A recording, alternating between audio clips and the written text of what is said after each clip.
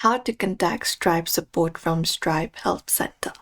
Hi everybody and welcome back to our channel. In today's video, we are going to provide you with a tutorial for that, so you may follow out these steps.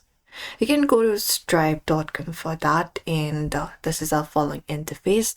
Or we can directly head over to Stripe support page. So for that, you can just go over and type in support.stripe.com and hit enter, and that will open up the help and support page of a Stripe very directly.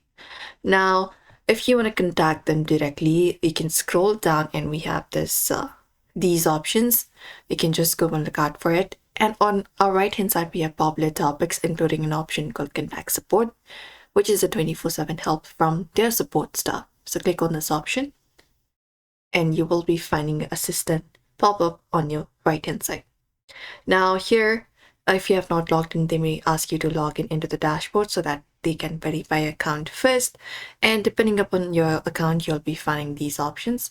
So for now, you can just go over in live chat with the support. You can ask many questions, such as updating bank account for payout and explain your problem as well. And the support will respond via chat, depending upon the option that you've choose. You can just go over and look out for it.